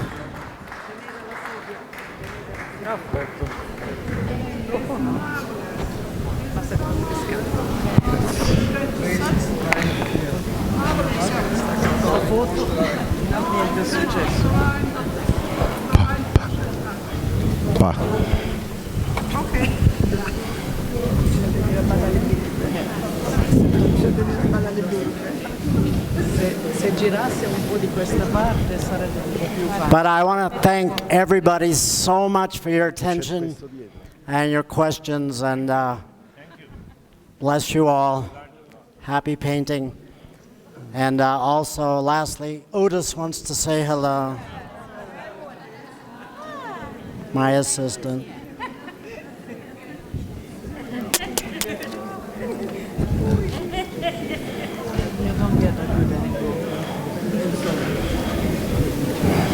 Marina. Senti Gabriele, scusami, per tutti questi qua, se sposti un attimo la bacinella per tutti quelli che fotografano la bacinella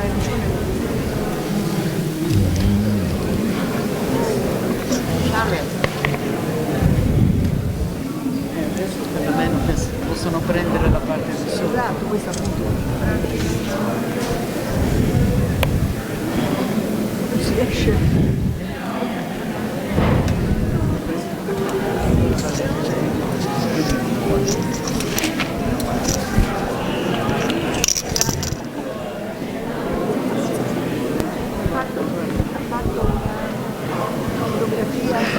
Aspetta che adesso andiamo a parlare con loro.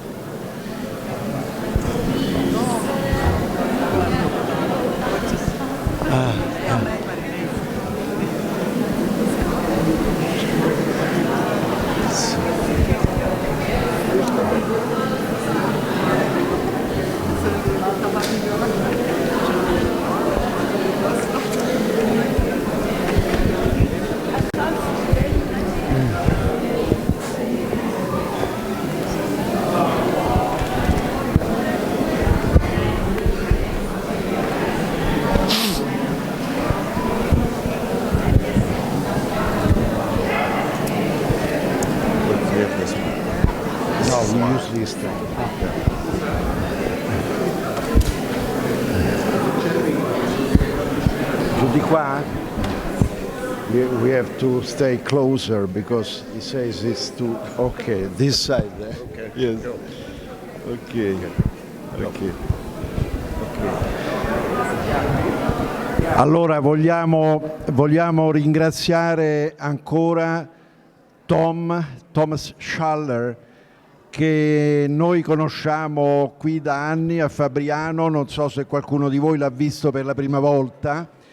Siamo stati onorati di averlo con noi. Quello che noi... Silenzio, per favore.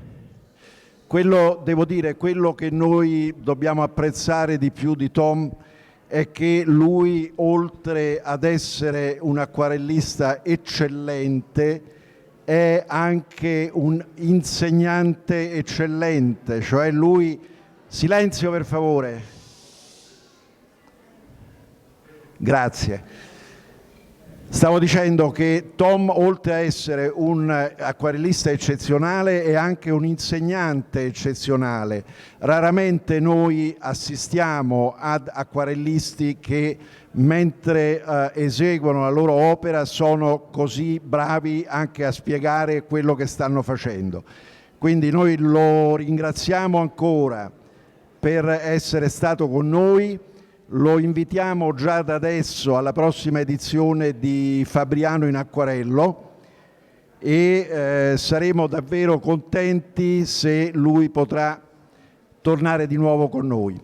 Adesso abbiamo qui Lauren McCracken, che è, come sapete, il leader degli acquarellisti americani, che ci dirà anche lui qualcosa. Per favore silenzio però, altrimenti non si sente. Lauren? Grazie. I think that one of the things we've learned this morning is what the spirit of Fabriano is about: sharing valuable information from artist to artist.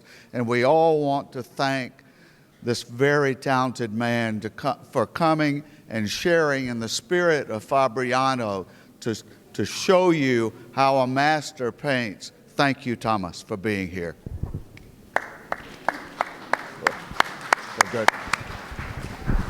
Grazie. Tom vuol dire qualcosa? Tom, you like to say something?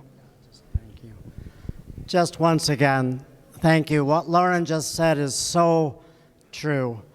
Nothing we do in life is really worth it unless we can give it away a little bit, share it.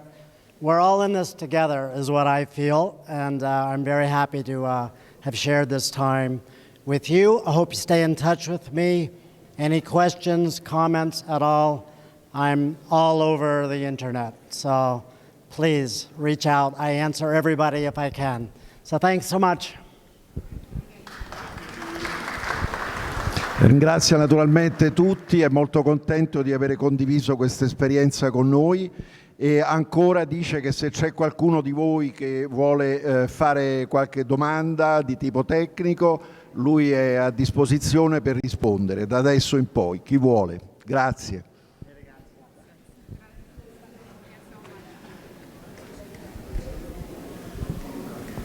Grazie. Prego. Vai il suo microfono. Quello Stefano, sai no, che cosa tocchi?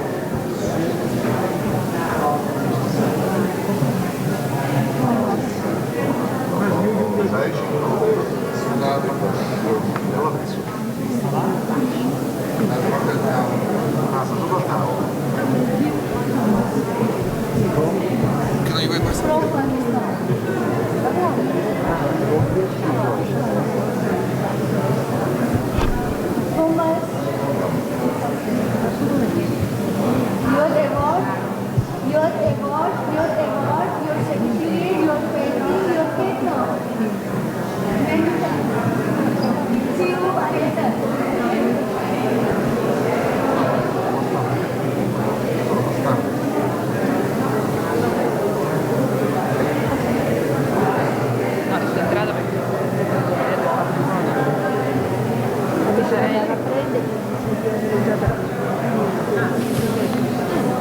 Sono fatti 200, una ce ne sarà fatta bene. Dopo, facciamo tutti così, poi dopo